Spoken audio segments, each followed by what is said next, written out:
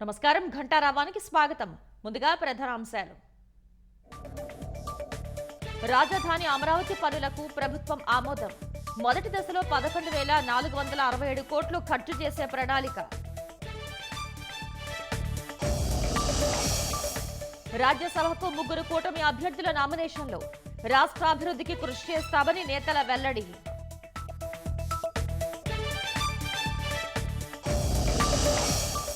Resurvey పేరిట రైతులను YCP ఇబ్బంది పెట్టిందన్న ఆనం. ప్రతిపక్షాల భూములు దేవుడికి రాసేశారని ధ్వజం.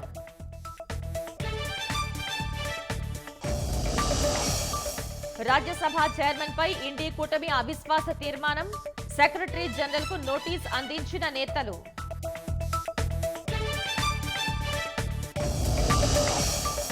సిరియా రెబెల్స్ తో చర్చలకు ఉగ్ర హోదా అడ్డంకి కాదు. అక్కడి పరిస్థితుల్ని నిరంతరం సమీక్షిస్తున్నట్లు అమెరికా వెల్లడి.